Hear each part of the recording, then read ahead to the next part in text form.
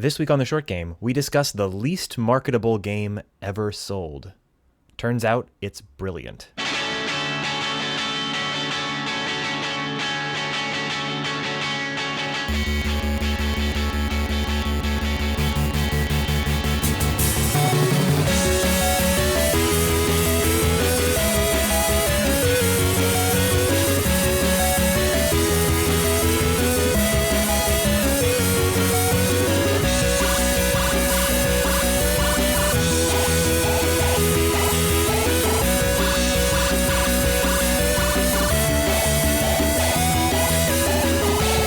Welcome back to The Short Game. This is the show where we discuss short games, the kind of games that you can probably pick up. Happy birthday to you.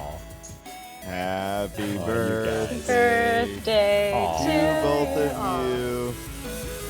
Happy birthday to both of you guys. Can I tell you a story?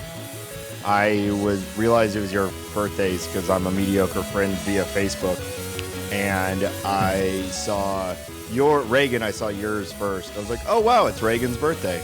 That's awesome. And then I scrolled down and it was like, oh wow, it's Shane's birthday. For a moment, for a brief internet-induced moment, I had forgotten that you guys were twins. So go on with your intro. You know what I discovered today, thanks to Twitter, is that actually it's also Grover from Sesame Street's birthday. Oh, happy birthday, I didn't think Grover. puppets had birthdays. Well, apparently they do, and it's canon according to Wikipedia. I love Wikipedia so much. The fact that there's someone out there cataloging, like, The canon of Sesame Street? yes, Sesame Street canon. Right down to their detailed character biographies, including birth dates. Aw. Let's introduce the show. Yes. What show is this? Oh my gosh, where am I? It's What The show is Short this? Game. I'm your host, Reagan Kelly, and I am joined this week by an all-star team. I've got my bro host and real-life twin brother, Shane. How are you doing, Shane? I am aging. Every year, one more year is piled on. Yes, they crush us to death eventually, but for now we're only 29, Shane, so we'll be all right. I am joined, of course, also by fancy podcaster Nate Heininger. How are you doing, Nate? I'm doing well. Good to be back. And this week we are joined once again by game designer and also all-around very smart person, Laura Nash. How are you doing, Laura? I'm doing great. Thank you for the lovely introduction. No problem. This is a great chance for us all to get together and chat, and I don't really know what's up with everybody. What have you guys been up to lately? Well, I have not had that much of a chance to play games because I've been in the progress of both starting a new job and moving this week. But now that I am moved in, and I have my internet finally set up, which is when you know you're really moved in, I'm happy to report that I've been playing a lot of Wayward Souls, mainly because it's a mobile game. I'm really looking forward to talking about that later on the show. Yeah, we may do a mini episode on that soon, and more on that later. But yeah, Wayward Souls. Thanks for recommending that to me, Shane. Shane did a little reconnaissance and rounded up in a previous episode his recommendations for iOS roguelikes, and this has got to be the top one. Really a cool game. Yeah, if you consider it a roguelike, that's for discussion later, I guess. True. Nate, how about you? What's up? Well, I too have been enjoying Wayward Souls, though I only got it a couple days ago. So I am not very deep into the dungeons yet. Certainly I've died a lot. But I've had a lot of time for video games, actually, with a major project being completed. Last we spoke, I was moments away or days away from the LCD sound system set, which was a huge success. So that was one of the most fun things I've ever done on stage. And on the music front, I also saw probably one of the coolest things I've ever seen on stage last night. I went to a place called The Luminary. It's on Cherokee Street, kind of one of the art districts of St. Louis. And they hosted a show, two bands, one called Thor Axe, I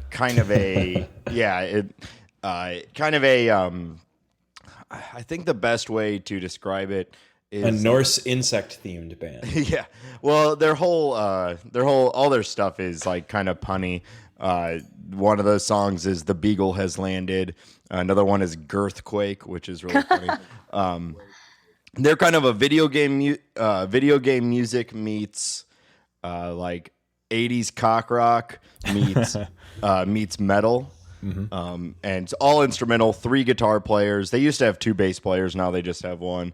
And a drummer and a keyboard player. And I knew these guys. I've known them for a long time, and they kind of disbanded. This was their first show in like 7 years, and it was phenomenal.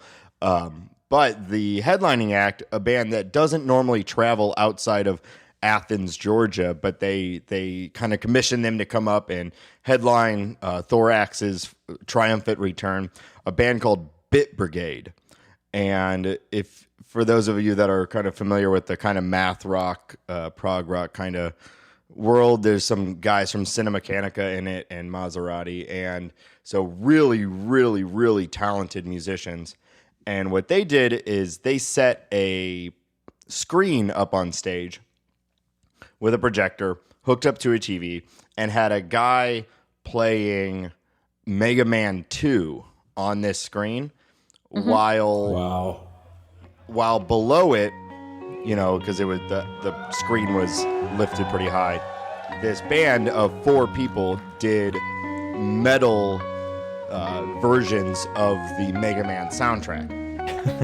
And the guy completed the entirety of Mega Man 2, which is a pretty difficult game, in about 40 minutes. Wow. And these guys, so they had the theme music, so when it was on character select, they would play the Mega Man theme song, again, pretty heavy, you know, 2 lead guitar players, and bass and drums. That whole game has amazing music. Oh, yeah. So I can't imagine. That sounds like a great opportunity for really cool covers. Oh, man, it was, yeah, and I mean, they did it true to the music while also being true to, like, shredding, you know, finger tapping. It was phenomenal, and they made switches as he progressed through the level. If you've played Mega Man 2 recently, you know that... Oh, I have.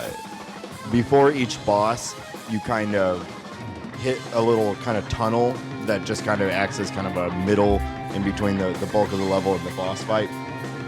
They would time it exactly where he would end as he hit the door going into the boss on like a real triumphant like kind of explosion, and then count off real quick and go into boss music, which was incredibly fast. I mean, these guys, it was so fast.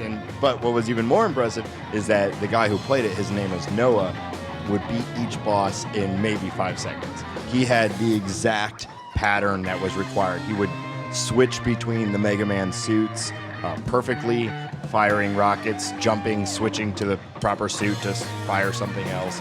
And he died one time, and it was during one of the final bosses because there's kind of a series of them. And other than that, he almost never got hit.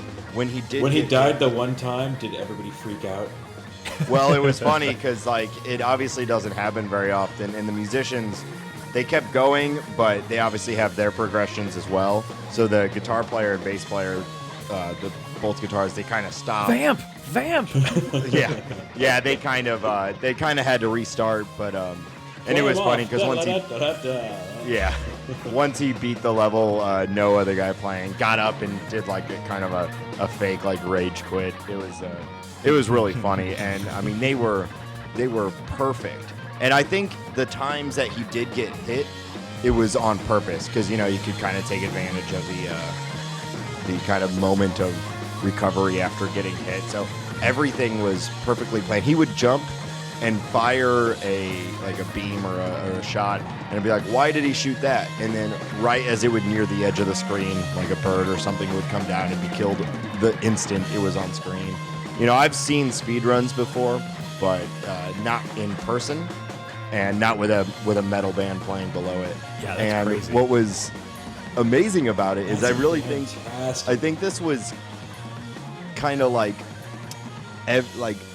in some level, I think this was every video game player's dream, because after each song or each level, everybody's going nuts. People are screaming, chanting his name. When he beats the whole thing, he like stood up because he was on kind of one of those gamer chairs that were really popular for like 2 years that are sit on the floor, So because he sat low. And he got up, and the whole crowd, which is probably about 100-something people, just are screaming and going nuts, and the band is playing. And normally when you beat a game, if you're not by yourself, you might be with someone, and it's like, yeah. My victory lap is usually that I tweet about it. I mean, it was impressive on his level to see him do it, to be that consistent, because he has to be able to do it. That sounds super cool. Yeah, the music, it's awesome. So their name is Bit Brigade. It was to a degree disappointing because they were supposed to do Legend of Zelda, where he was going to beat one of the NES Legends of Zelda, and they were going to do the music for that. But the fifth member of the band broke his collarbone the day before and had to drop out. And apparently they need 5 people to do Zelda. They can manage Mega Man, which is surprising because Mega Man is incredibly fast. Was it their ocarina player? Yeah. Absolutely. That sounds really cool. Now, I know you texted me a couple of videos of it. I hope you'll send me whatever videos you have, and I'll put them quickly up on I'll splice them together and throw them up on YouTube, and hopefully we'll have a little bit of a clip for folks to check out in the show notes. So if you are intrigued, we'll try to have some links for you. Well, I did just check, and I saw that Bit Brigade is on iTunes. And they have 4 albums up. They have an album that's a cover of Mega Man, of Castlevania, of Ninja Gaiden, and of Contra. So they've got it all, man. That sounds amazing. Okay, I'm going to have to check those guys out on iTunes, and we'll try to have links to all that stuff in the show notes. That sounds like an awesome show, Nate. I'm so jealous.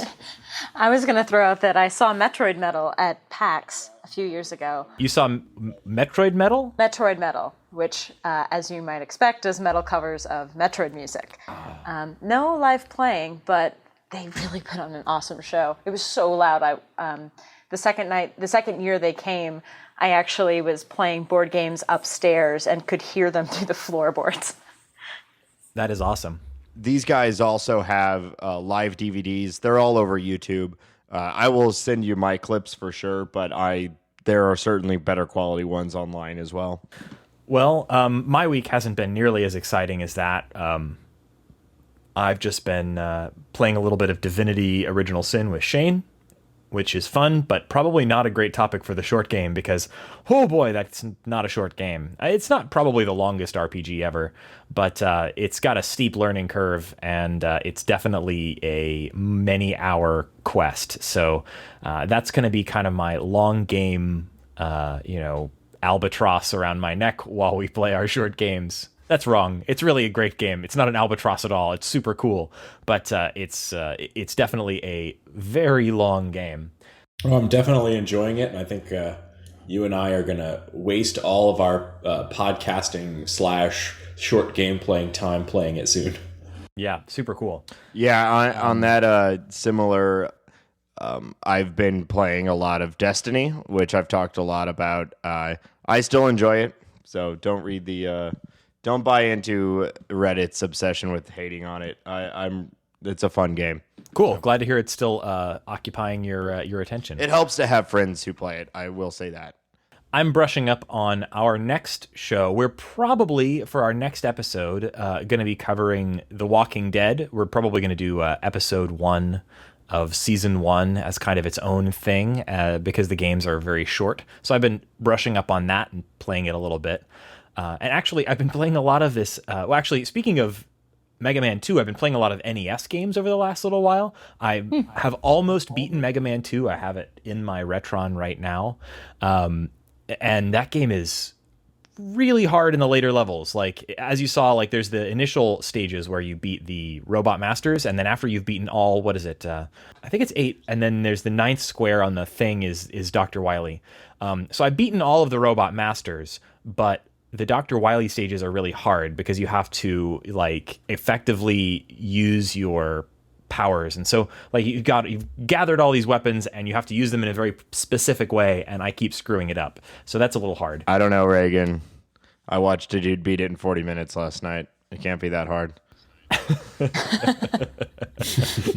That guy's an asshole. And he did it while Shredding. He had earplugs for what it's worth. I bet shredding is fairly motivational. Yeah, he was jacked up. It was Actually, awesome. yeah. I should probably try playing it with that going on. It'd probably improve my play a lot. Speaking of, I have had in my new job, I've had a lot of situations where I have really had to concentrate, and I have realized somewhere along the way someone recommended this, but video game music is fabulous for working to, because It's the best. it's designed for you to concentrate to.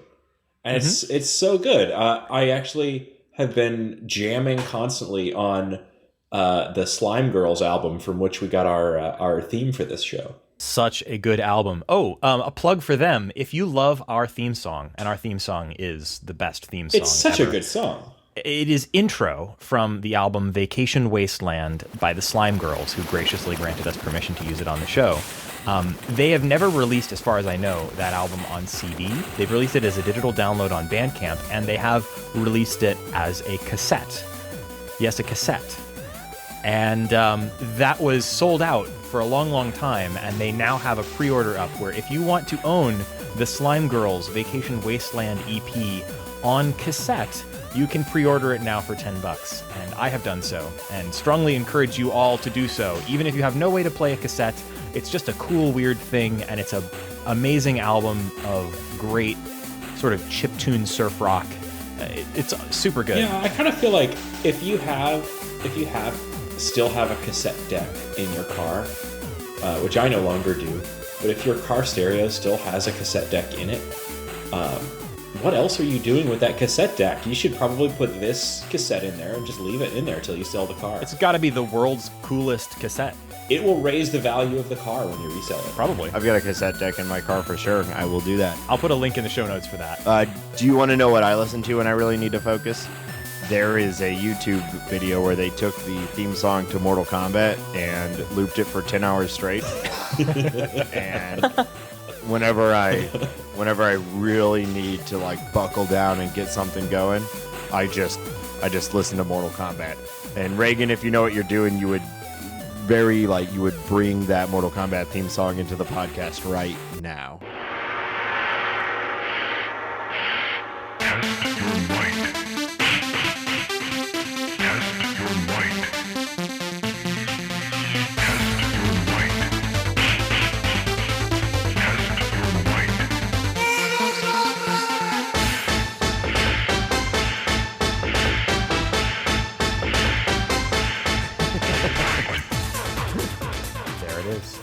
If you really don't want to get anything done, you should listen to the sound of William Shatner yelling "Khan" strung out over a 16-hour period. Oh man, I love those. YouTube has a lot of little things like that. My favorite was a YouTube video where somebody had done like a 10-hour loop of the sound of the engines of the Enterprise idling.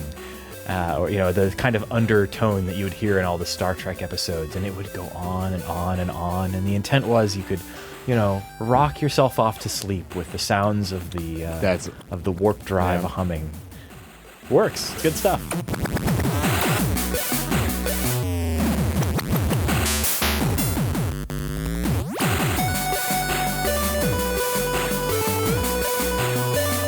So, do we want to talk a little bit about the topic of our show today, which is... Actually, I don't even know if we mentioned yet. I thought it was... We were talking about our birthday, right? Oh, yeah. So we lured you all here to talk about Little Inferno, but actually you're just here to sing us happy birthday a few more times. No, it's the other way around. They came to tell us happy birthday, but we're going to switch it up and tell you guys about an amazing video game that really, I think, doesn't make any sense to me. It defies description, and yet it is something that I cannot wait to talk about.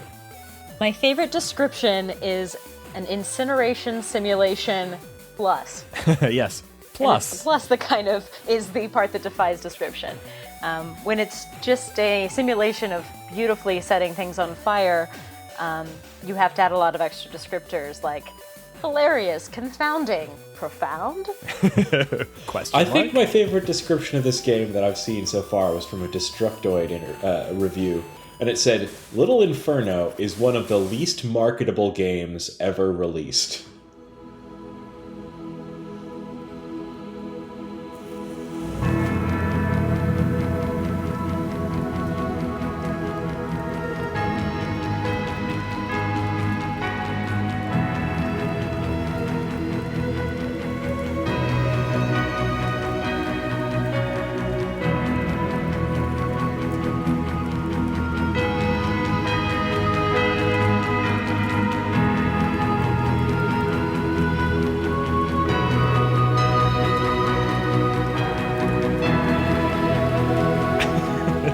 Which is absolutely true.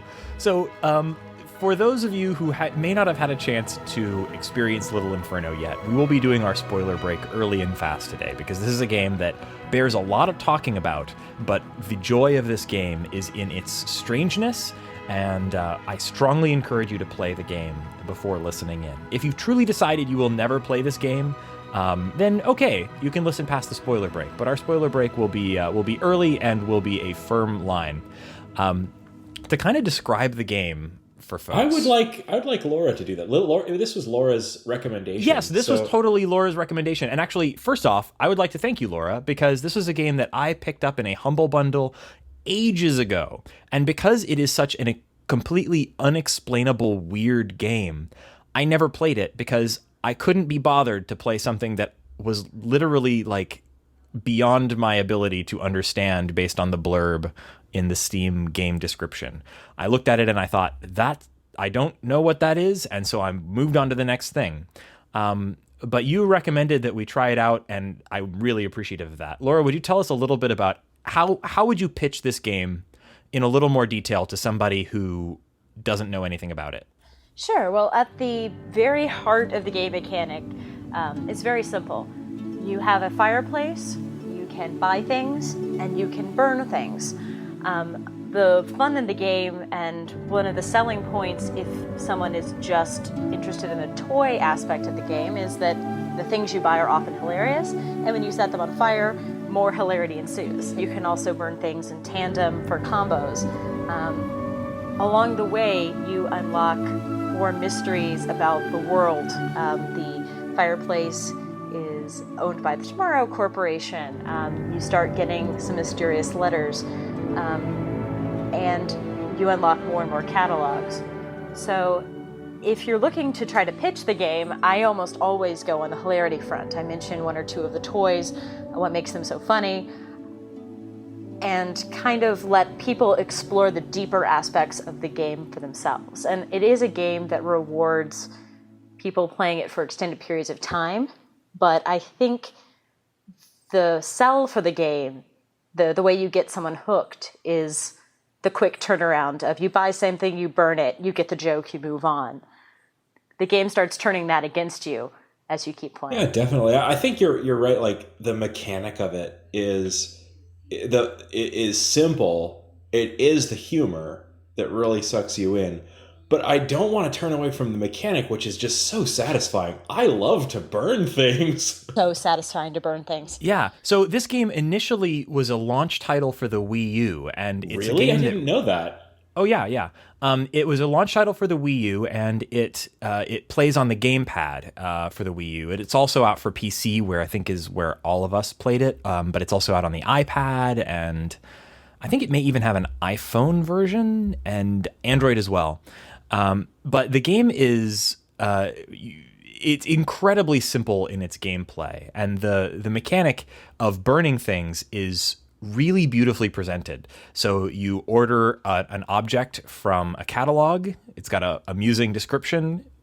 After a few moments, usually just a few seconds, but sometimes as long as a couple of minutes for things to be delivered to you, you have this object and you can look at it, but you can't really do anything with it apart from burn it. So there you go. You pop it into your Little Inferno entertainment fireplace, and then you light it on fire. And the fire is beautiful. This is actually a really, really well implemented fire. Absolutely gorgeous. I definitely found the burning of the objects incredibly satisfying. I found it funny for sure, but I do think what drove me forward in the game, first of all, we kind of move past the combos. The combos are what move the game forward. In order to unlock more books, one of the things you do have to accomplish is figuring out the combo. So I don't know if puzzle is the right word, but it's something like that. It's almost kind of like a humorous interpretation puzzle. Yeah. But I did find what actually drew me in and what made the game a complete game to me and what made me really enjoy it the most was this sort of storyline that evolves, which I know we're saving after the spoiler break, but I don't really think it's much of a spoiler to say that the game is much darker than it lets on when you start. And I really, really appreciated that, and it added a lot of depth to the game that made it so much more than just see funny thing, burn funny thing, and laugh at funny burning thing. Though that was a core component of it. The fact that you also had this darker element, this more mystery and confusion, and these all together made it a really, really interesting game. I think it's also worth talking about the art style of the game, which for me, really reminded me of Honan Vasquez, the guy that did Invader Zim and Johnny the Homicidal Maniac. I don't know if you guys have seen any of those things back in the day. Yeah, and on that same note, I got a huge feel, and I might be alone on this, but yeah, I thought of Ren and Stimpy and the commercials in the middle of Ren and Stimpy episodes. Like for powdered toast man, log, things like that. I thought of it. There's the music of the game reminded me of that. Ironically, the one thing you did not burn in your fireplace was a log. Yeah, I guess that's true. I also thought of Iron Giant, actually, just because of the 50s kind of dystopian aspect. They make a lot of fun of communism in that movie, and this seemed to be doing the opposite for capitalism in some ways, or consumerism at least. Definitely. It's definitely a game where, I mean, thematically, it's all about consumerism and about the application of consumerism to video games. And I don't know how much we want to talk about the themes of the game in relation to the plot, but that was one of the things that was most interesting to me. The themes are really interesting, and that's probably what we'll go into a little later. But first, I want to take this moment to directly address the listener. If you are listening to this show, and then you're anything like I was, you've heard what we've just told you about the game, about its visual style, about its game mechanics, and you're hearing, this doesn't sound like it's for me.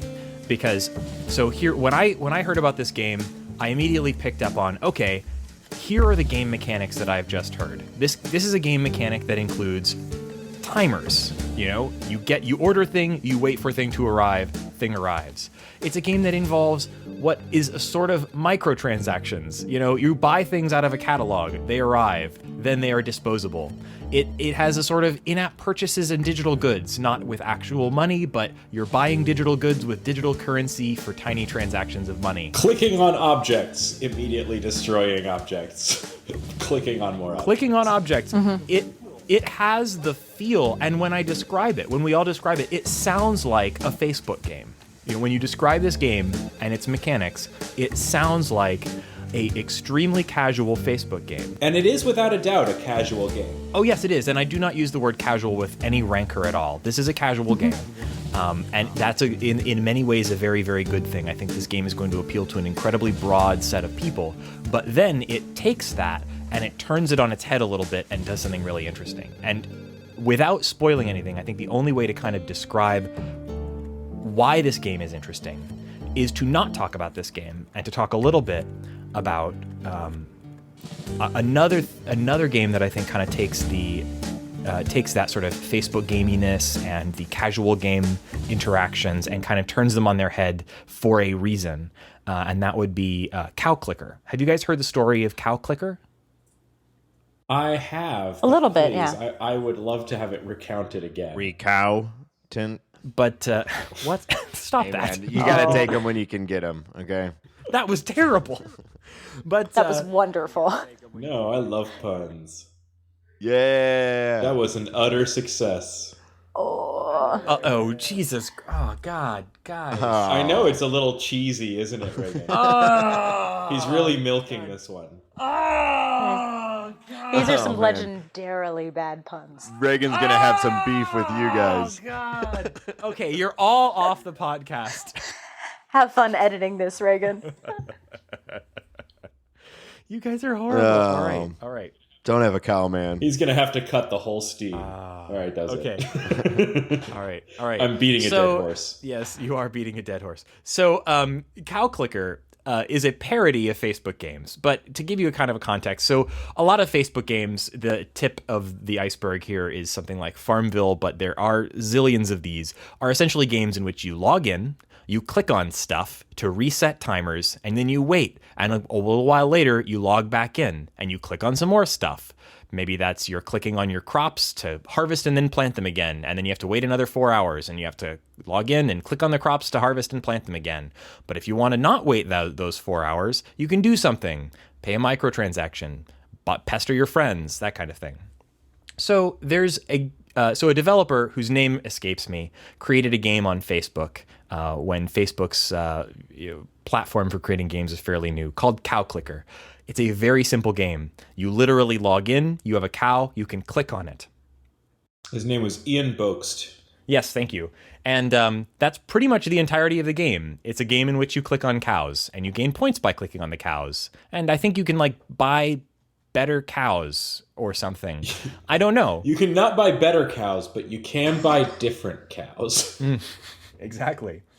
A wide varietal of cows. Yes, you can spend your moonie on cows. And he made this game specifically as a parody and sort of indictment of the non-gaminess of Facebook games. How bad they are, how limited their interactions are, how exploitative they are of the compulsive aspects of player behavior. It is a bad game, and it is a bad game by design. But it became extremely popular on Facebook to the point where he was able to quit his job and live off of Cow Clicker, a game in which all you do is click on cows. A fascinating kind of picture of it's a parody, but it's also doing the thing that it parodies. I thought it was fascinating. And reading that story, I really connected it with this game because, yes, this game employs all of the mechanics of games that essentially just manipulate you into staring at a screen endlessly without, giving you anything. But that's the point with this game. This is a game that parodies and subverts that and just does really interesting things within that paradigm. So if you're listening to this and you're thinking, why on earth would I want to play a game where all I do is click on stuff and watch it burn? That's the point. And stick with us and definitely play the game. I would beg you, actually, that if you've never bothered to play a freemium game or something with microtransactions, this game is a way to feel good about exploring those mechanics. If you've never want to, build a tiny tower or, look at Candy Crush and you just look down on all these people, once you start playing this game, you'll see why those are addictive and you'll get to do it in a safe indie way. Yes. And in a way that won't ask you for money every 15 minutes because you do buy this game for about, I think it's either 10 or 15 bucks. Yeah, it's like $10 on Steam right now. Yes. It is $5 on iPad. What? Really? Awesome. Yeah. That'd be the way to do it. It's very, very appealing to you because you get to touch all the objects and play with them that way. So if you... And you actually feel the heat on your fingers. Yes, it actually burns up your iPad. That's the only downside. Mm-hmm. Really hard on your battery life. One thing with this game, too, is everything that you burn actually gives you more money than it cost. So while there's a ton of microtransactions, you're not really doing anything to you always have enough. You pretty much always have enough money to do with it whatever you want. You just have to make the right choices on what you're burning. Yeah, and the game it's not a very tight economy in the game. It's very hard to end up broke in Little Inferno. I'm not even sure it's possible. Yeah, I never had. The only time money ever became an issue was near the end game. There is no fail state. That's a good way of putting it. That's exactly right. There is no fail state. It's a game that, it doesn't feel like it's holding your hand, but it's not going to let you get frustrated. It's a game that's always moving and always changing. Yeah, some of the combos can be quite difficult to figure out, and I thought that was one of the more fun things of the game too was actually solving the puzzles. None of them are incredibly, complicated, but they certainly can kind of play with you a little bit. Some of them will be referring to the things that you're burning, the way they look, or maybe words in the description. Let's give a couple of examples, because I think at the moment it's getting a little, it might be a little hard for our listeners to kind of visualize what we're talking about here. No one name anything above 25? Oh, yeah. Like, let's stick to the first catalog or so. All right. So one of my favorite ones in the first ones was, it took me a while, surprisingly, was the one that said seafarers, and it was the pirate and the oil barge. And I don't know why, but it just took me a long time to figure out that would be what it tells you when you're trying for these combos. Is it tells you the name of the combo, seafarers. And you've got this catalog, which at that point has something like 16 or 17 items in it. And you've got everything from a little wooden bicycle to someone else's credit card to a corn on the cob to a Tyrannosaurus plushie, etc., etc., etc. And you are just tossing junk into the fire item by item, and that continues to get you more and more gold, and eventually you'll unlock basically all of the you'll unlock all of the items even if you don't start doing the combos, but you start throwing things in together, piling more and more into the fireplace, and eventually, just by sheer luck, you're gonna start hitting some of these combos, and the combos give you tickets that let you speed up the delivery of these items, because you just want to burn more and more, and it really just sort of, if I may be a little bit crude, the game is kind of cock-blocking your instinct to just pile more and more shit into this fireplace. It asks you to be thoughtful, and I think my favorite in the early stages is when it starts hinting that there will be wordplay. There's one called Generations Combo, and in that first page, there is a portrait of a family, and there is a spider egg bundle. Generations. Calling on both definitions of that. Yeah, that one actually took me a while. And the description of the spider egg says, a whole generation in the palm of your hand.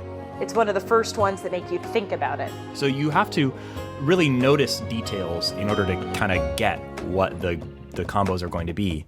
And sometimes the combo's name relates specifically to what the items are, but other times it relates kind of more tangentially. Like in the case of the spider egg thing, it only says anything about generations in the description of the item, not in the item's name.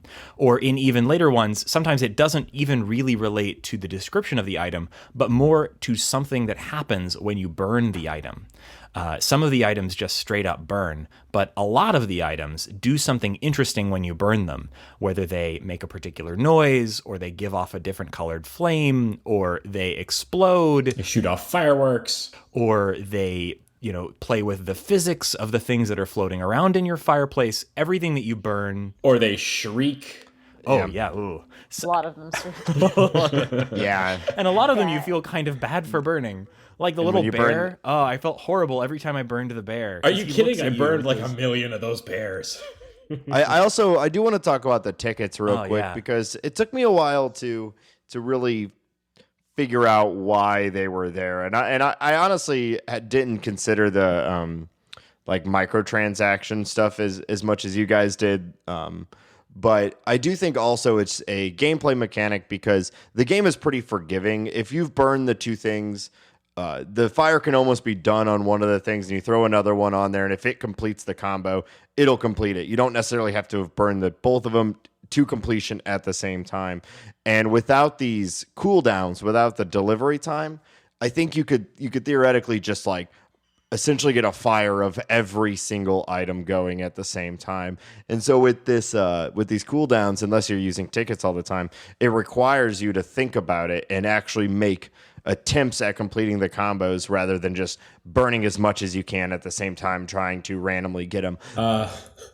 That was my strategy throughout the game. Yeah, I mean, I did it too, and I got some lucky for sure, where I would burn, because to unlock the whole catalog, you burn you start out with 5 things, and you burn the first thing, it unlocks the 6th thing. So you work your way through the catalog, and I would definitely buy like the first 5 things and burn them all together to unlock the next 5 things. And I definitely got some combos on luck by that for sure. But you do, you look at the combo list, look at the catalog, and try to make your best guess. And sometimes it would be a combo that I know is 2 things, and I would burn 4 things together thinking it's got to be 2 of these things. And sometimes get it, sometimes not. Can we fire off the spoiler horn or break? We don't do a horn. That's the Incomparable. Sorry, Incomparable. Thanks for stealing your thing, Incomparable. Yes. Hats off to you, Jason. Yes, indeed.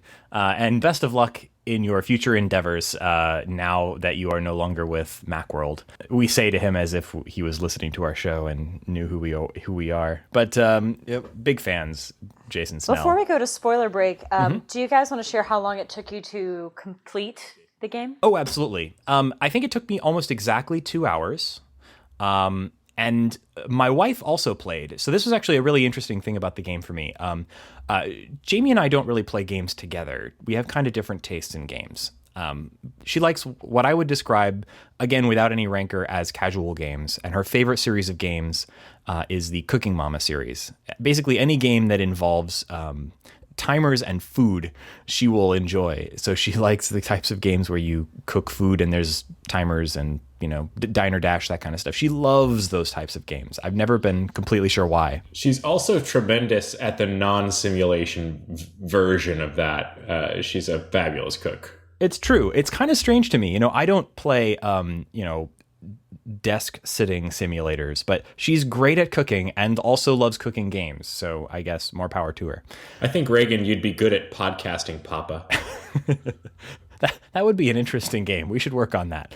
But I showed her this game, and she immediately thought it was interesting enough to sit down and play it with me, sitting together, kind of discussing the combos and everything for a couple of hours. And then we had probably completed most of it by the time we went to bed. And she actually got up very early the next morning to finish the game so that she could play it before she had to go to work and beat the game before I did, which is really unusual. So I think this game has really broad appeal in that way. Anyway, the long story short of it is that I've beaten the game once through and she's beaten the game once through, and we also played it a little through together. And I think each time we played it, it was between 2 and 3 hours. Well, can you, I don't want to have you put words in her mouth, but can you tell me what she liked about the game? I think she really just liked the combos aspect of it. She actually told me that she wasn't a huge fan of the ending, and that she felt like it was too much of a departure, which we will be discussing in a little bit.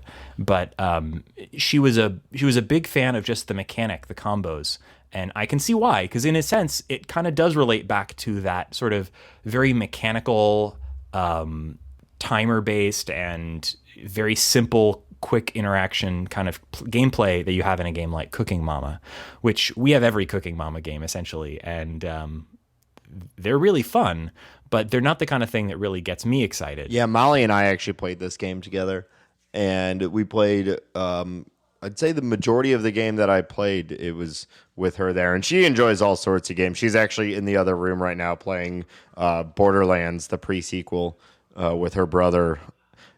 It just launched today, so they both took a half day from work and have been playing for about 8 hours straight now. Wow, which is impressive. Yeah, but yeah, I think it took with her and then the time I spent myself about 3 hours, maybe 3 to 4 hours. I didn't get all the combos, but I've had a lot of games going. So once I completed the main story and felt fulfilled with the combos, I didn't 100% it. Same here. I think I hit 95 of the 100 possible combos. I have most of them done. I actually was picking up on an older game since I'd beaten the game prior to recommending it to you guys.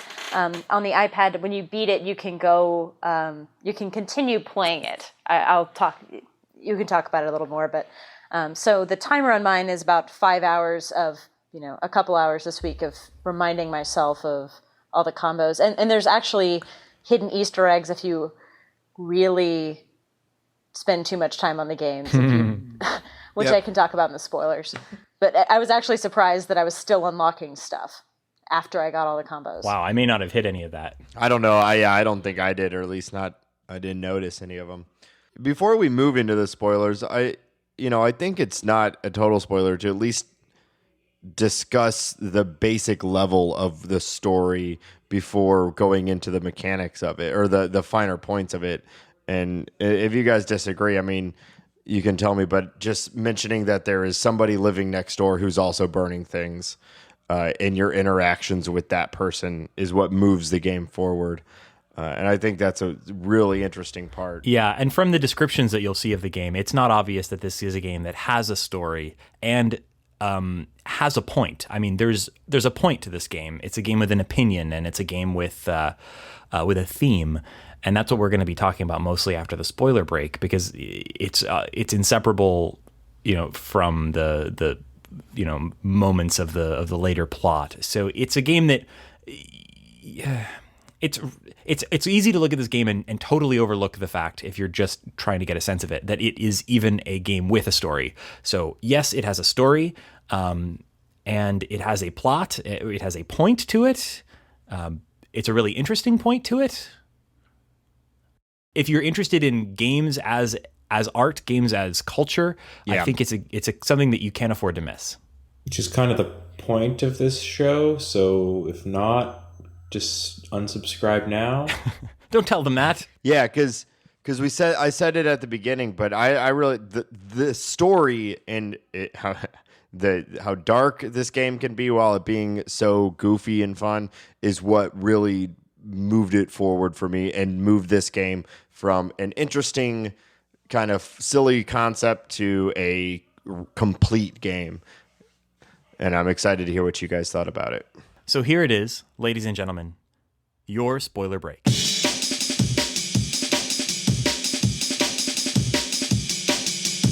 I'm a really good drummer, guys. Yeah. You don't know it, but I play that spoiler break for every show. I listen to it. All right, so guys, spoiler number 1, bike pirate. You burn the bike and the pirate. Spoiler number 2, someone else's. You burn someone else's credit card and someone else's family portrait. I'm glad that you broke that story. That's the hardest part of this game. Bike pirate took me forever to get. Oh yeah, God, I would never have known. So, what I think might be a good way for us to kind of address this would be to talk about the story of the game, kind of beat by beat, bit by bit, and talk about what's actually happening as you're staring into your fireplace burning things. So to kind of backtrack a little bit to the beginning of the game, you receive your fireplace, the Little Inferno Entertainment Fireplace by Tomorrow Corporation. And actually, I think it's a very interesting choice that they decided that the company that makes the fireplace, the Little Inferno Entertainment Fireplace, in the context of the game, is the Tomorrow Corporation, because the developers are also called the Tomorrow Corporation. That's their game company name. They're the same folks that made The World of Goo, which is a great game. Fabulous. Yes, World of Goo. And in a weird sense, has a little bit in common with it. There's some World of Goo references in this game, and the art style has some slight similarities, I guess, similar eyes and stuff. World of Goo is also a great game if you just like interesting physics puzzles. So with the beginning of the game, you receive your fireplace, and you receive some instructions about it, which you promptly burn without reading them. You don't take your time looking at those, but you also get a letter from Miss Nancy, who is, I suppose, the CEO, sort of the Tomorrow Corporation? I guess so. Yeah, I kind of thought of her as a mom from Futurama type person. Oh yeah, I didn't make that connection, but you're right. She's an older lady with weird hair who gives you a coupon for a free hug and some words of encouragement getting started with your Little Inferno Entertainment Fireplace. And I think the name of that is also kind of telling because, it's not just your fireplace or, your Little Inferno fireplace. It's clearly riffing a little bit on on the Nintendo Entertainment System. It's the Little Inferno Entertainment Fireplace. And so its goal is not just to keep you warm, but it's kind of riffing on video game culture and it being a entertainment device for your home. The perspective of the game, you're only ever looking into the fireplace in most of the game. So your perspective is very limited. You can only see this fireplace. And it kind of plays on that a little bit. Your mail arrives and you can't look away from the fireplace. You throw things into the fireplace You order things from the catalog. You cannot look away from the fireplace. You are staring into it ad nauseum. And of course, then after a few rounds with the catalog, experimentally burning things, you start receiving letters. From our good friend Sugar Plumps. What a name. I know. And as you keep playing, you get... I don't remember when exactly you unlock the delightful, campy commercial. It's after, I think, catalog 2 or 3, but yeah. Yeah, you get more and more little hints of this outside world, and you find out that you're this child left alone in this dead of winter dystopia, and a guy named the Weatherman is asking you to keep burning things to stay warm because it's cold outside, and this manic girl next door keeps sending you handwritten letters that ask for you to send her things, and she sends you gifts in return. Little letters that you can then burn, and you get this sense of unease as you're burning things. And all of the objects you burn sort of hint at a wider world outside the game as well. So little creepy stuff like, for example, there's a little bus that you can burn that explodes, and all the children inside scream as they burn. There's kind of unnerving hints that you have a family. So, for example, in the first catalog, there's a picture that's called Someone Else's Family Portrait or something like that. And the flavor text describing it says that they all look strangely familiar, and they look more familiar the longer you look. So there's this weird sense in the game that you're someone who has lost their place, that you're living in a strange dystopia, maybe even something almost surreal or even in your own mind. It's got a sense that you're trapped there. Yeah, and the thing that came to me first was that when it became apparent that I was not the only one who was sitting there staring into his or her fireplace, burning all of his or her belongings, and that everyone around me, and that it was doing it, and there was an industry devoted to providing me things to burn in my fireplace. Meanwhile, outside, it's a permanent night, and snow seems to be falling everywhere, and I was like, what is this? Is this an ecological disaster fueled by smog from toy fireplaces? What's going on? And that's here? one possible explanation. That's one possible interpretation of it. I don't think that's a deep enough dive on what this game is actually about, but that's probably the first thing that you can see about the game, is that maybe it's a weird global warming thing, or and so you're in this world where it never stops snowing. So I'd like to take a second and now play we just referenced the song of Little Inferno. This is about a third of the way into the game. You get this commercial for the Little Inferno entertainment fireplace that's played for you, and it's deeply weird and kind of distressing. And it starts off as a kind of just cutesy commercial, and it gets stranger and weirder as it goes. And I'm going to go ahead and play the song for you now in the podcast feed. It's Little Inferno just for me. I've got the fireplace that burns at 100 billion degrees. It's Little Inferno just for me. I've got these old toys. And I've got this box of memories. We'll shove them in the fire and breathe in the flaming potpourri. It's Little Inferno just for me. What I thought playing with fire was dangerous. Well, you're right. But up out of your chimney, way up in the sky, it's been snowing for years, and we just don't know why. Our world is getting colder. But there's no need for alarm. Just sit by your fire, burn all of your toys, and stay warm. It's Little Inferno just for me. I've got the fireplace that burns at 100 billion degrees. It's Little Inferno just for me. So you see this commercial, and the first half of it, while weird, is at least kind of makes sense in the game world. But then it gets darker and darker. And what the listeners won't have heard from that, although if you've played the game, you're familiar, is that towards the final part of the song, you may have heard some screaming. There's some kind of distressing imagery with a child with no eyes burning alive, and a bunch of toys and memories being heaped into the fireplace, and eventually all of the children that appear in it kind of go up in flames or explode. So what did you guys think when you were first playing it and you got to that moment in the game and you're seeing that song? Well, I mean, it What was just your take on it? changes your whole feeling for why you're burning things. You still don't know exactly why. You're keeping warm. You definitely have gathered that. You now feel that you're probably a child who's burning things. I mean, that was kind of apparent with all the toys, but still, now you're most likely a child. You know that there's actually a world going on. When it starts, it really seems like it could just be a game standing in front of a fireplace burning things. Now you know that it's much deeper than that. It seemed sad.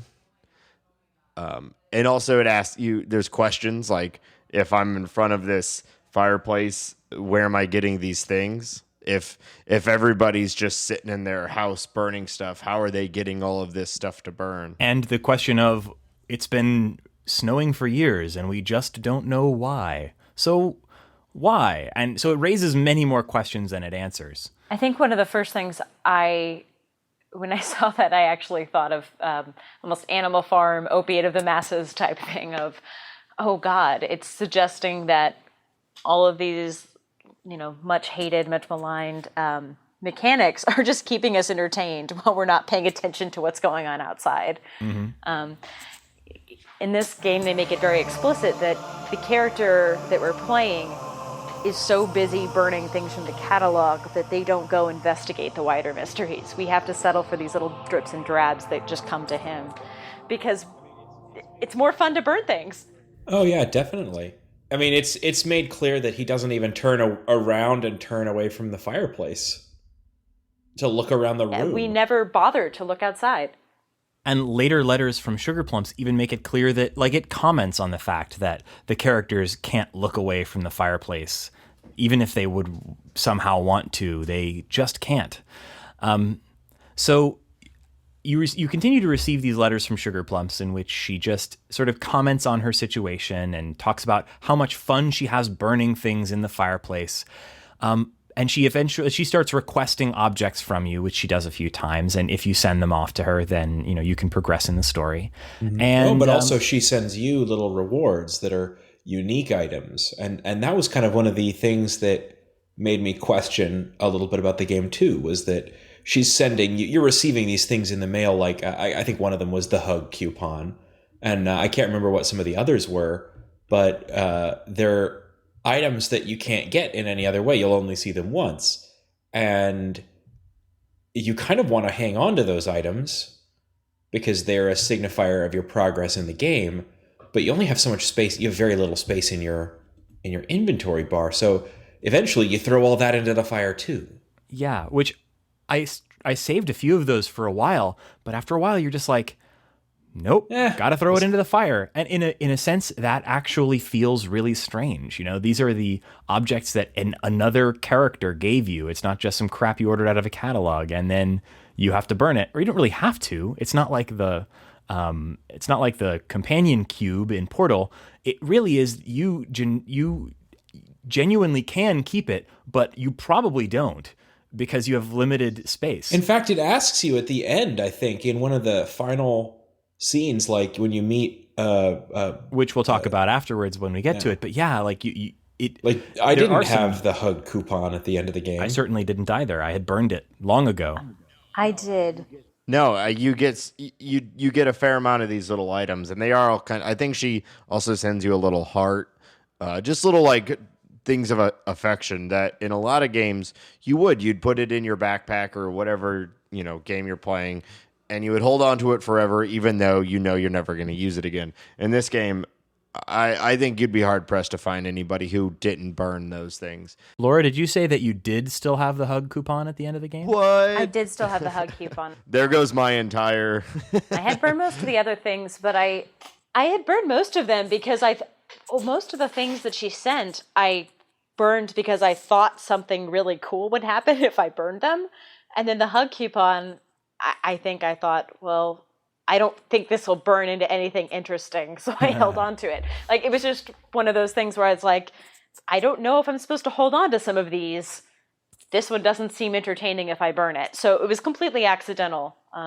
That's really neat, though. So as the game continues, Sugar Plums finally kind of tells you that she's been staring into the fire so long that, I mean, I'm not sure how to characterize that, but long story short, Sugar Plums, in a very sort of distressing scene, if you can call it a scene, because she's sort of sending you letters as she sort of kind of communicates with you through your shared wall, finally kind of lights her whole house on fire.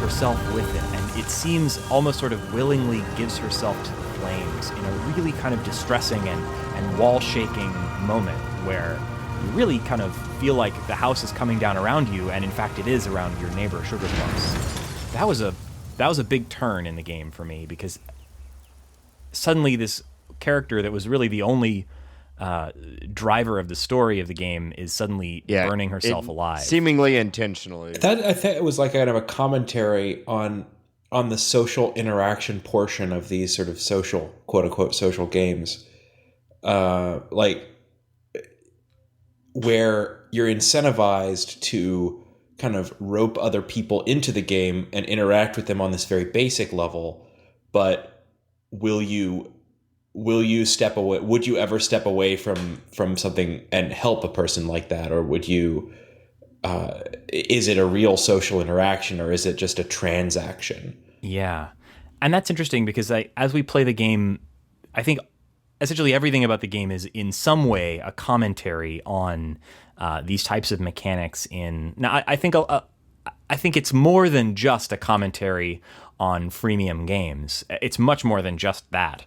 But I think everything about its interactions, like everything about its mechanics, is kind of commenting on that. And that's an angle to it that I hadn't seen before, Shane. I think that's interesting. You're right, in a sense, Sugar Plums kind of does represent, that person on Facebook who you don't maybe talk to in real life, but who you have give you virtual shovels or whatever. Yeah, maybe you went to high school with this person, you haven't seen them in 10 years, but you are both swapping golden shovels in. So I want to say, while we've been discussing this, I've also been going online and trying to find more articles about this game, and I did find one from an interview with one of the developers, and they mentioned these topics about freemium and global warming, and say that's part of it. They also said, and this is one that we haven't hit on yet, that I thought it makes a lot of sense, is that Little Inferno was about not burning away the time you had.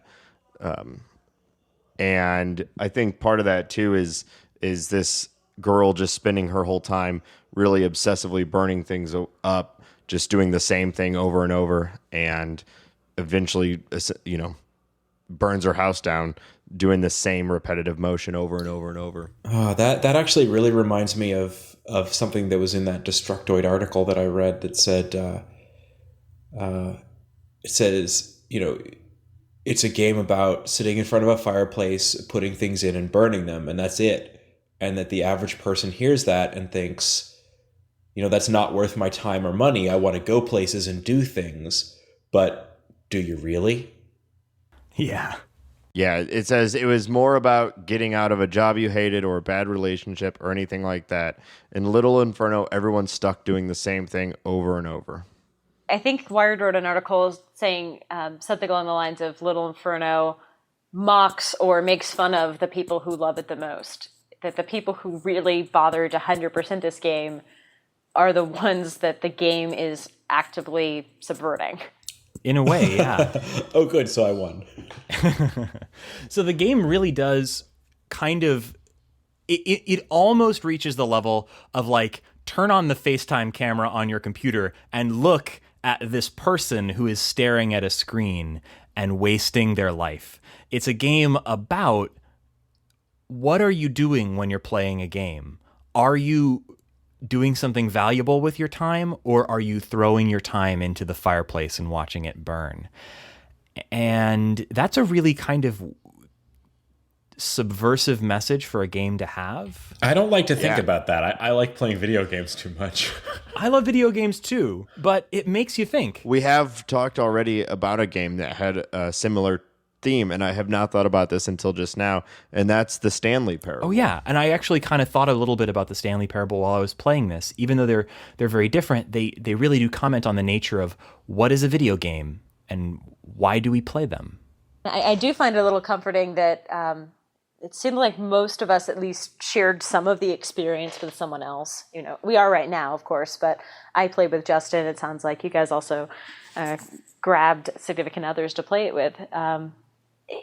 This game, I think, is better shared, even though it's spoiler or they don't want anyone to talk about it. I really think that the jokes are funnier if you can, share that with someone else. The weird plot line, the off parts are more interesting when you can discuss them. Yeah, and I had a lot of fun just sort of going over even just the bare mechanics of the game, going over the combos and discussing them with Jamie and saying, oh, what do you think the, piracy combo is, and really thinking about it and talking about it and going through the list of, oh, wait, I think it's that. Oh, you're right. Yeah. That kind of thing. That was great fun. Yeah. So let's move ahead a little bit with the story, I guess, because the Sugar Plumps burns herself down, halfway through? It happens maybe 3/4, but I mean, maybe 3/4. What felt like relatively quickly, maybe around book 5,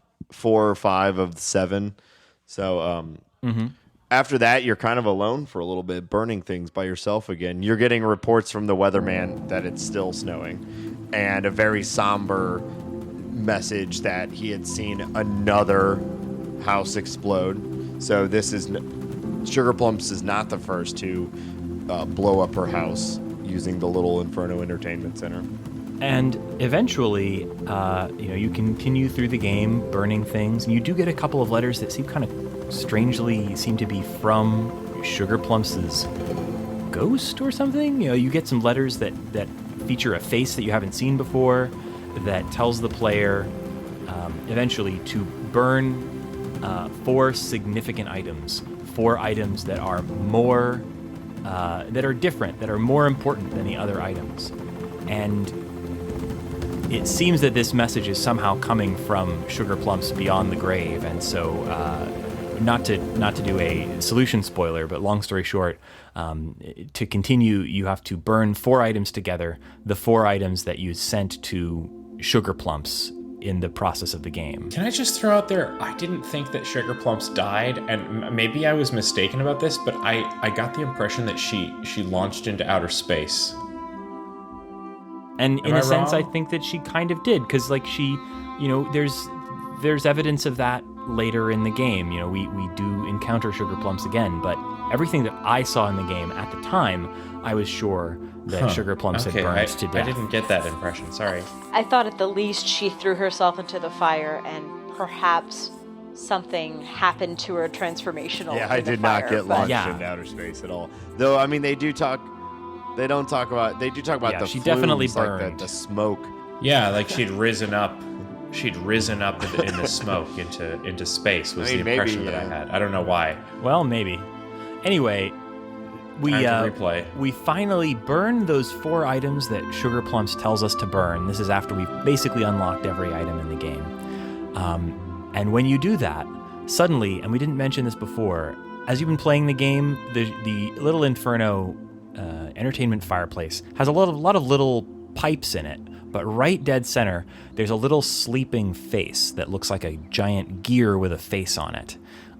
It's got little closed eyes and looks like a pleasant smiling face with a sleepy expression. And at this point in the game, once you burn those 4 items, suddenly the face inside the fireplace wakes up and stares at you out of the fireplace. So, you've stared into the fireplace for so long, suddenly the fireplace is staring back at you. And the house begins to shake, and things begin to catch fire, and all hell breaks loose. Your walls shake apart, and it seems that your entire house burns and falls down around you, including all the little UI elements, which I thought was really neat. There's all these little counters and things that keep track of how many coins and stamps and things you have. Those fall off the walls and explode and burst out with a bunch of coins and stamps, and everything falls apart. And it does a great job with the music, kind of making this a really sort of involving moment. Did you put the sunglasses on the face at any point? No, I didn't. I should have done that. Spoilers, you can put the sunglasses on the face. Why didn't I try that? Did anybody else figure that out? No. I didn't until this last round. So I beat the game once, and then after I was playing with it, I tried it. I was like, should have done that the first time. And you know what? There are just tons of weird little combinations that you can do. Even stuff that doesn't go into like specific combos. Like you can have like some of the items that, change the color of the flame, like do weird stuff to the ones that blow up like fireworks, or you can have the objects that orbit, there's like a moon that you can drop in, the other objects sort of start to float and orbit around it. And so it's just fun to interact. This is just back to the mechanics of the game, but it's just fun to interact with that darn fireplace. The fire physics are just cool. The thing I didn't get until this round was by going back to an old game, I actually bought everything in the catalog 3 times. And you get a letter. Well, I don't know if you noticed the gold outlines. Oh, yes. Yeah. The catalog. That happens if you buy anything 3 times, and then you get a star if everything in that catalog is purchased 3 times. I did not notice that. And if you buy everything 3 times, you get an extra little Easter egg. Yeah. I didn't receive that. I'll have to check it out. It is purposefully underwhelming. It is hilariously underwhelming, actually. So anyway, after your house falls down around you, this would be, I think, the biggest shift in the game. It's a total shift. Yeah, the game took a tonal shift when Sugar Plumps seemingly died, and it really took a dark turn. But here, it takes a sudden gameplay shift. And suddenly, the fireplace is gone along with your house, and the game zooms back, and we see our player character for the first time. He's a little boy, illustrated in the same style that the children in the video we watched earlier were. And suddenly, we're looking at a largely black and white world with snow falling all around us. You're standing in front of your now burning house, and suddenly you're playing a point-and-click adventure game. I was totally not expecting this. Yeah, it was. I mean, obviously, it's a dramatic perspective change, but it was a dramatic change on virtually every level. It's black and white. The world is not what I was expecting it to be. It's way more put together. I was kind of expecting it to be feet and feet of snow and all the things huddled together, all these houses, some burned down. While that was there was also people out in the street. You encounter the mailman, which was really, really funny, and answer the question, how do those packages get to you every day? Great service, that's how. Yeah, great. You see a little family outside.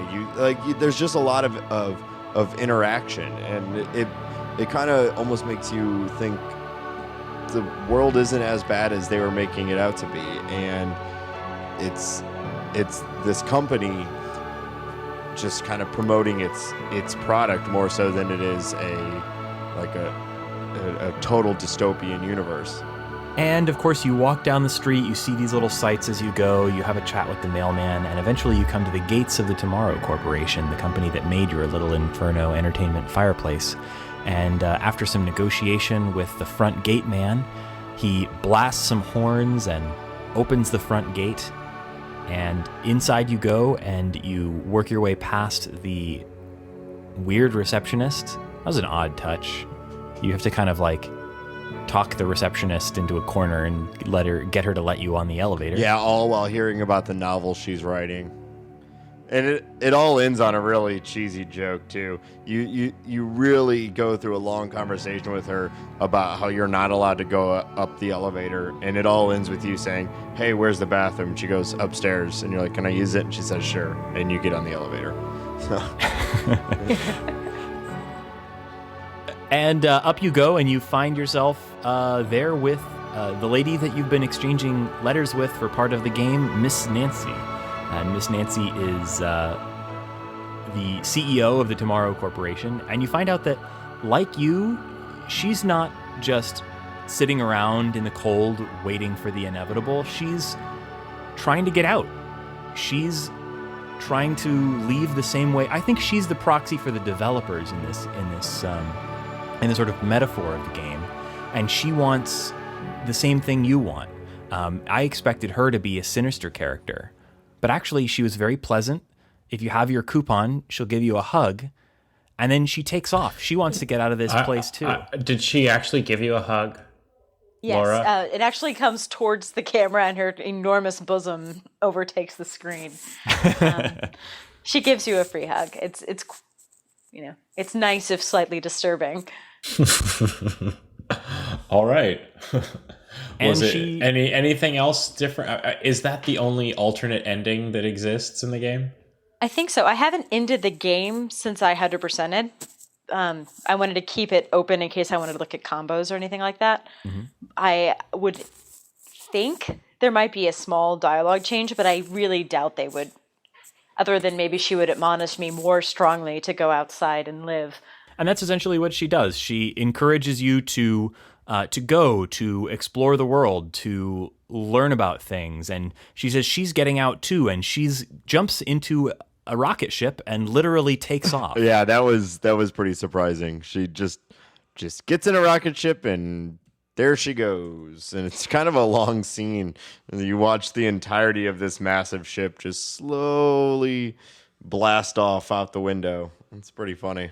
And then we progress on out of the Tomorrow Corporation's office, and you encounter the weatherman, who you've also been exchanging letters with, as he told you about how cold it was as he reported from his weather balloon. And he gives you a ride in his weather balloon off into the unknown. He's giving you a lift out of the snowy city and into who knows where.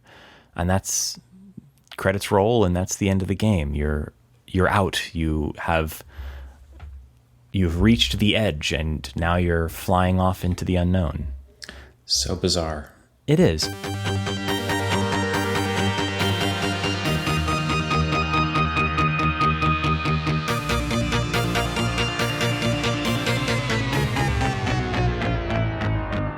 So I think that the place at the game, first off, it's really exciting to see a game that doesn't necessarily tell you exactly what it's all about. It respects your intelligence enough that it leaves a lot of open questions, and it raises more questions than it answers, and I think that's really a good thing. But I'd like you guys' takes on the ending, particularly sort of just the thematic, meaning of the ending, and what is the game all about? What is it saying with that weird third act that changes the gameplay entirely? I think part of it is what Miss Nancy says. Just stop sitting in front of your fireplace burning things. Go do something. I also think one of the really interesting decision moments in this game is before you step outside, it tells you can't go back. The game bothers to warn you that you can never come back to the sandbox environment where you're playing with all the toys. And it kind of teases you that there's something better that you have to trade off. Very few games completely change the gameplay, even with something that's not as much fun, and don't let you ever go back to the other mechanic. And when I finished the game, I started thinking about that, is it more satisfied to have it completed this game, knowing I can't, show off the little, if I wanted to restart it, I'd have to go buy everything again if I wanted to show someone how cool the game was. At the same time, it meant that the game ended, and very few games end. Yeah. Most games, when you finish it, you can go back to a save state, or especially in casual games, you can always just pick up another game and you haven't really reset too much. You might have actually made the game easier to play again. There's no end to Farmville. So I do guess that the game kind of is about wasting your life, wasting your time. It's not, I think, just about wasting your time on video games. I think, like the developer said in the interview that Nate was mentioning, it's about valuing the time that you have and making sure that you're spending it on something real and something adventurous. And I think that's a really interesting note for a video game to end on, because it gives you that sort of push of, and now that you've spent the last 3 approximately hours staring into this screen, why not go do something real and exciting with your time? And that makes me a little uncomfortable, even while it kind of feels hopeful and exciting. There's a lot of cynicism about marketing in this. Yes. Yes. Miss Nancy, who is the first character to escape, also is the person who's convincing you to keep burning, keep going, keep advancing the game. And it made it a little hard for me, and something I did not enjoy was that she's the one trying to give you the theme of the game to go outside and explore. She's been the source of this odd, consumer-driven kind of bad advice that lets you advance in the game, but doesn't actually save your friend's sugar plums or get you anywhere, except the next catalog. So I found it really odd that they chose to have her be the voice of the theme line. The Weatherman just lets you escape. Yeah, and I'm very curious about what reasoning went into that too. I'm not sure if that was intentional in a way that says something about the game, but I agree. The theme came through, but it was carried by a strange messenger, and to the point where it distracted me from the message. I was like, why is she telling us any of this? Yeah, I didn't trust her. Yeah, how can you trust this character? Yeah, I kind of felt she was like, Yes. go live your life. I'm out. And she just jumps in a rocket ship. And But I do bails. kind of feel like that she sort of plays the role as the proxy for the developers of the game. I mean, she works at the Tomorrow Corporation, and the developer of the game, in addition to this in-game company, is called the Tomorrow Corporation. And I feel like she's giving you this message in the same way that the developers are. The developers are developers who've just made a game that has encouraged you and incentivized you to spend the last 2.5 to 3 hours sitting in front of your television or computer, burning virtual items. And then at the end of the game, they're telling you, and wasn't that a waste of time? Now go out and live. And so it's the same conflict there that we have in game with Miss Nancy herself, that she's the person who's been delivering you the catalogs and encouraging you to buy and burn, and then suddenly she's the person telling you, wasn't that a waste of time? Now go out and live. Reagan, I think that the fact that you're even questioning Miss Nancy means that you need a big hug. Wee! Perhaps you're right. So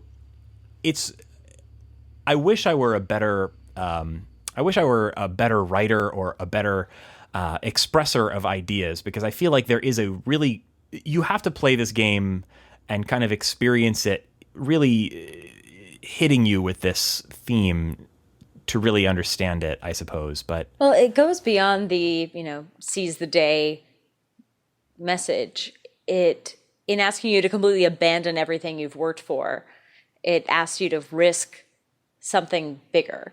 And I think that's why I keep harping on that decision point to throw away the game so far. And they throw away the mechanic. Like, the developer had to completely re-engineer an entire second part of the game. They didn't reuse any assets except, Miss Nancy. And knowing that was a massive amount of work, you have to start asking why they thought it was worth it. Mm-hmm. And it's not just some kind of carpe diem, single line message. They really want you to finish it and think about what you gained and lost by playing it. I really don't think I can't think of a game that has been both this thought-provoking and this funny to me in a long time. Stanley Parable. Yeah. Yeah, with possibly the exception of the Stanley Parable. We tied it back to that, and they have nothing in common, and yet they have a lot in common, in that they're both funny video gamey think pieces. Yeah, and that's why I appreciated this game so much, and what really brought it home for me was the fact that it had this element, even if it wasn't delivered expertly, or you still had questions, or it was a little detaching at the end. The fact that they even tried to make a fireplace simulator that makes you think, like, it's just such a cool accomplishment and such a unique game. Very unique. I can't think of a single other game I've played that I can really compare it to. Yeah, and I'll be the first to say that, you know, come around the holidays, I have streamed that fireplace video from Netflix quite a bit, and I definitely enjoy it. And this game scratched an itch that I didn't know I had. Yep, this is the Yule Log Channel, the video game, and yet they somehow managed to turn it into a game that has a point and makes you think a little bit. Yeah, did you guys, I know we've talked about how fun it was burning things. How much did you guys spend, how much time did you spend, like, setting up a really nice burn? Oh, most of the time. Because I know so there's a lot of building blocks or things that are stackable, and I would really try to arrange them in a way that they would burn just right and fill the whole screen with flames, or chain reaction each other to make a really cool kind of burn. That's the funnest part of the game. That's what's most enjoyable about the game, apart from the humor, is just piling as much as you possibly can into this fireplace. I went so far as to fill up the fireplace with objects, order more objects, wait for them to arrive, fill up the fireplace with more and more objects until it was completely full, just to get a huge flame going. It really brought out the feeling of my Boy Scout days when we would pile up as many sticks as we possibly could and use as much lighter fluid as they would allow, and cause these just enormous conflagrations that were probably extremely dangerous. That's the feeling that I got from the gameplay. And then it still had a lot to say, even after you'd burned your last object. Yeah, there's a couple items. We kind of hit on this earlier. I wanted to touch on it again real quick. There were a couple items, too, that did have... that kind of talked about the plot a little bit. Like the cell phone. When it would burn, it would try to dial emergency services sometimes, and it would say this line is not available at this moment. I thought that was pretty cool. Yeah, there were hints at the world of the game, and I kind of got the sense from a lot of the objects that this main character had once had a family, and that family was now gone. Like you'd see the pictures and things like that. So there's a lot of hints at a sort of world outside the game, or a world outside the character's little life that you see.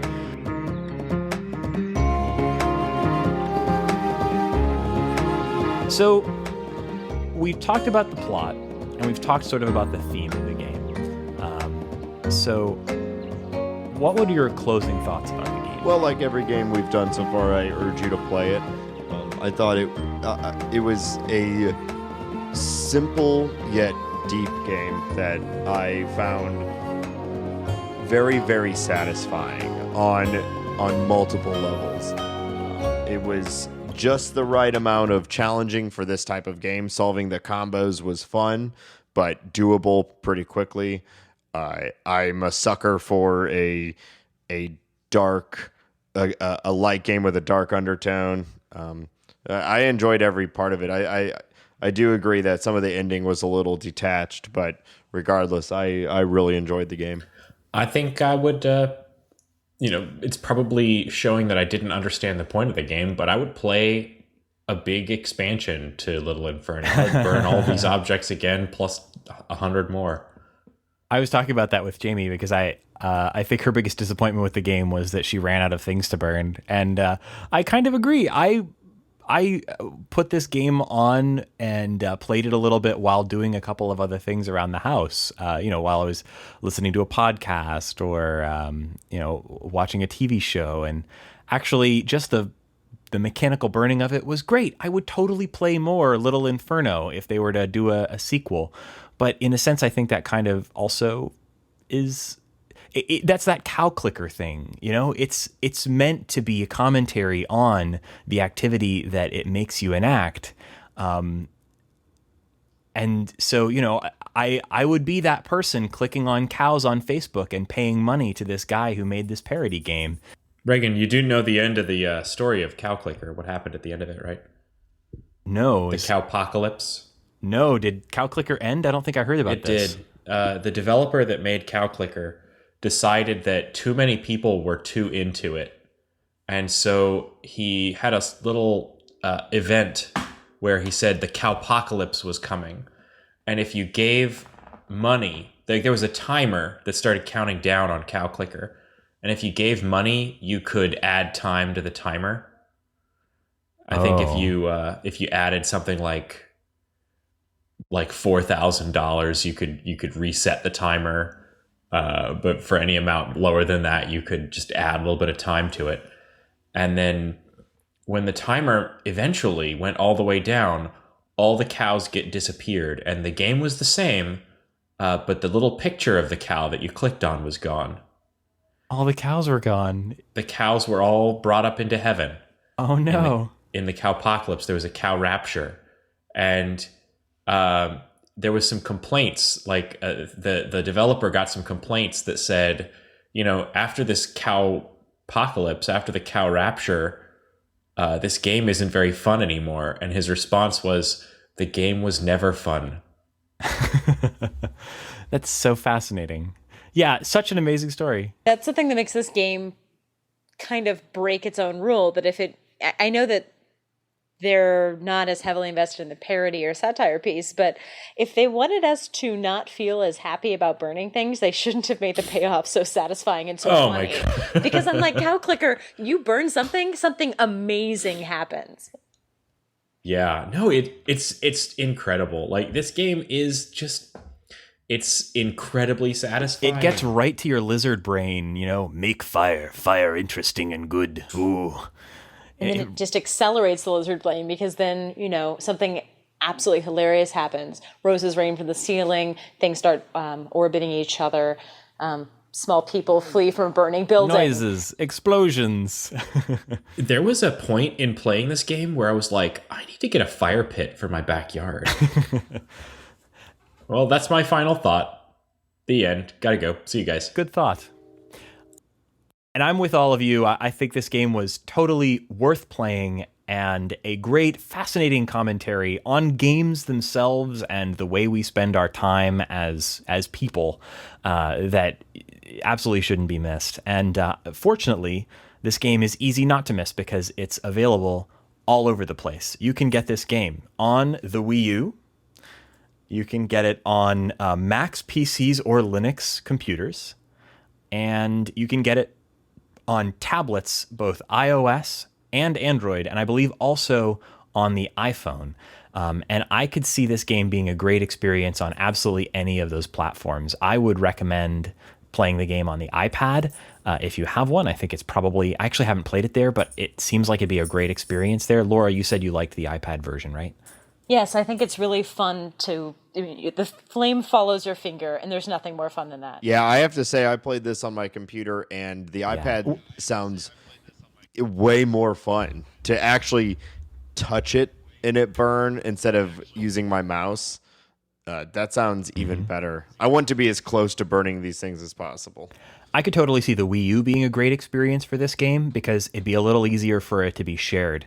You know, if you wanted to put it up on your TV and use the controls on the gamepad to burn things and see the effects happen on your television, I could see that being a really good experience too. Everybody gather around the fireplace. So anyway, fortunately, it's not all that expensive either. You can pick this game up for about $5 on the iPad. It's a little more expensive for some of the other platforms. We'll have a bunch of links in the show notes for you to check out the game. Also, it has been parts of various bundles, so you may already have it in your library if you picked up, I forget what Humble Bundle, but one of the Humble Bundles. I got it during Humble Bundle did a end of like kind of their version of the Steam sale near about a month ago, and that's where I picked it up for $3, I believe, just on its own. All right. Well, thank you guys for joining me for this episode of The Short Game. This was really interesting. Happy birthday to you, guys. Happy birthday to me and Reagan. Happy birthday, Shane. Hey, which one of you is older?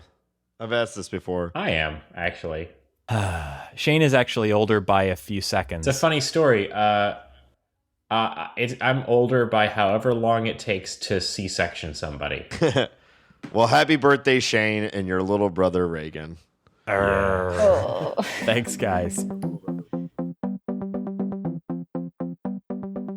So we'll hopefully see you again next week. We were about to, actually, before we wrap up, listeners, we thought we might want to make you aware that we are planning on shifting to a bi-weekly format. That would mean that we will be discussing one game every 2 weeks rather than one. But rather than leave you without anything in your feed, we're working on new concepts for mini episodes, things that we can record and get out quickly on a timely basis that may not be necessarily a discussion of a whole game. Not the hour-and-a-half discussion of a 2-hour game that you're using. No, instead, we'll be trying for some shorter discussions that we'll be able to get out there and talk about other ways of fitting games into your life rather than just discussing the finer points and details of a single short game per week. So if you have any things that you think we should focus on for these mini episodes, they will be off-number and off-week episodes that'll be coming out in your feed, so you can you'll catch them in the same place you're catching our existing episodes. Where can people find you, Laura? Twitter, Laura J. Nash. And of course, you can follow me on Twitter. I'm Reagan K. That'll be RAYGANK. And you can follow our show at _short game. Shane, where can people find you on Twitter? You can find me at 8-Bit Shane. And Nate? You can find me at Nate STL. And listeners, thank you so much for joining us for another episode of The Short Game.